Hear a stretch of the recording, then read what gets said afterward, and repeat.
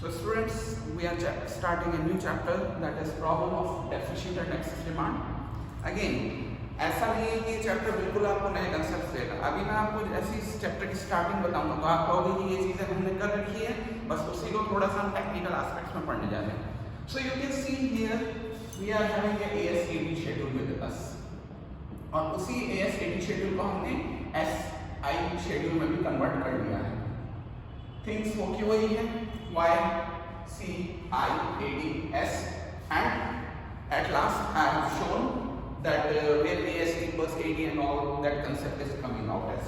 So here you can see by both concepts, whether we talk about AS equals 80 or S equals I, आप देख सकते हैं ये AS 40 है, इस जगह 80 भी 40 आ रहा है, S इस जगह 10 है, I भी इस जगह 10 आ रहा है।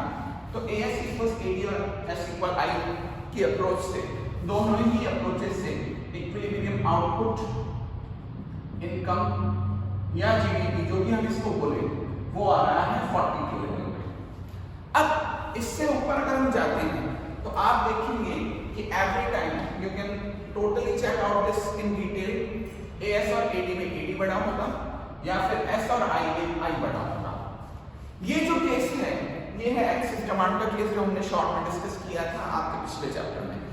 एक्सेस डिमांड के क्या केस में होता क्या है कि ओवरऑल जो सप्लाई आप कर रहे हैं that is much smaller than demand, यानी आपके पास लैक ऑफ स्टॉक है, मार्केट में जितनी डिमांड है उससे कम का स्टॉक आप मेंटेन करके चल रहे हैं, और इस वजह से मार्केट में कुछ कंज्यूमर जो आपके पास आते हैं वो कंज्यूमर आपके यहाँ से प्रोडक्ट को ले नहीं पाते हैं क्योंकि आपके पास स्टॉक ही नहीं है। तो you are facing loss of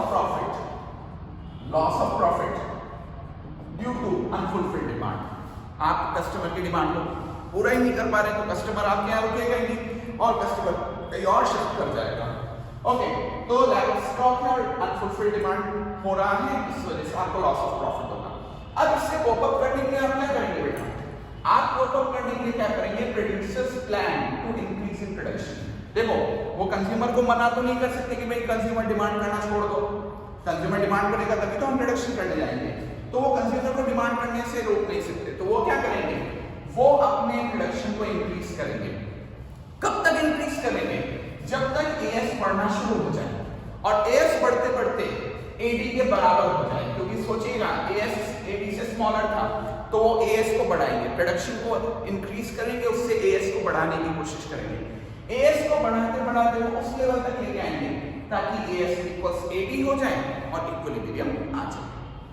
इसी तरीके से हमने यहाँ डिस्कशन किया था कि एएस ग्रेटर देन एडी है या फिर एस ग्रेटर देन आई है। इसको हमने बोला था या तो डेफिशिएंट डिमांड का केस या फिर एक्सेस सप्लाई का केस, यानी मार्केट में जितनी डिमांड है उससे कहीं ज्यादा का हम सप्लाई कर रहे हैं, प्रोडक्शन कर रहे हैं। ये केस होगा बेटा एक्सेस स्टॉक का, यानी आपके पास स्टॉक्स जमा होते जाएंगे, प्रोडक्ट बिक नहीं रहा है। Now due to loss now you will face a loss due to unsold stock। पिछली बार लैक ऑफ स्टॉक की वजह से आपने लॉस बियर किया था, अब की बार आपको लॉस इसलिए हो रहा है क्योंकि आपका प्रोडक्ट दिख ही नहीं रहा है, तो वो स्टॉक के रूप में आपके यहाँ पे जमा होता जा रहा है। अब आप क्या करेंगे? So now producer cut down production. अब आप प्रोडक्शन को गिराएंगे, प्रोडक्शन को गिरा के आप एएस को गिराने की कोशिश कर रहे हो।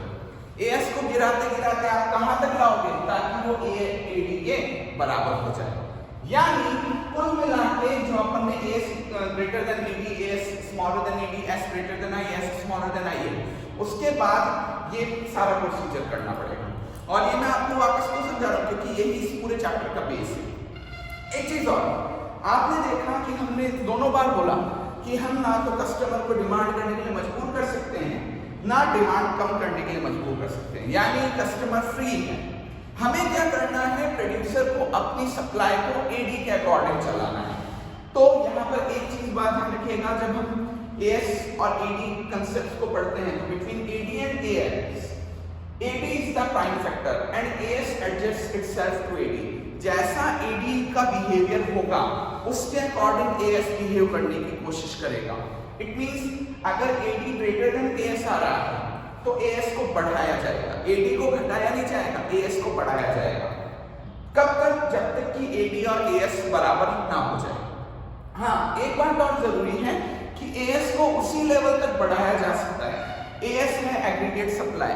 सप्लाई करने के लिए आपको प्रोड्यूसर को इनपुट्स की भी रिक्वायरमेंट होगी, प्रोडक्शन कैपेसिटी की भी रिक्वायरमेंट होगी। तो एएस को तभी तक बढ़ाया जा सकता है जब तक कि हमारे प्रोड्यूसर के पास इनपुट्स हैं, प्रोडक्शन इनपुट्स हैं, फैक्टर इनपुट्स हैं, नॉन फैक्टर इनपुट्स हैं, यानी अनयूज्ड प्रोडक्शन कैपेसिटी है। एक बार उसके सारे प्रोडक्शन कैपेसिटी खत्म हो गई, सारे रिसोर्सेज खत्म हो गए, तो उसके बाद वो एएस को इंक्रीज नहीं कर पाएगा। तो एडी के हाई होने पर एएस को इंक्रीज कराया जाएगा ताकि एडी इक्वल एएस हो जाए। बट ये तब तक ही किया जा सकता है जब तक कि प्रोड्यूसर के पास कुछ अनयूज्ड रिसोर्सेज या अनयूटिलाइज्ड प्रोडक्शन कैपेसिटी हो। अगर प्रोडक्शन कैपेसिटी नहीं है, अनयूज्ड रिसोर्सेज नहीं है, तो एएस को बढ़ाया नहीं जा सकता है। दूसरा, बाय चांस एडी और एएस में एडी स्मॉलर देन एएस आ रहा है तो हम एडी को पुश कराने के लिए कुछ स्टेप्स तो लेंगे, बट हमारे हाथ में क्या है, एएस को कम कराना। तो एडी ग्रेटर देन एएस के केस में एएस को फॉल कराया जाएगा ताकि एडी और एएस मिल जाए। यानी कुल मिला के एडी और एएस में एडी वो फैक्टर है जो एएस के बिहेवियर को कंट्रोल कर सकता है, राउट करा सकता है। AD forces AS to behave accordingly, not AS forces AD to behave accordingly.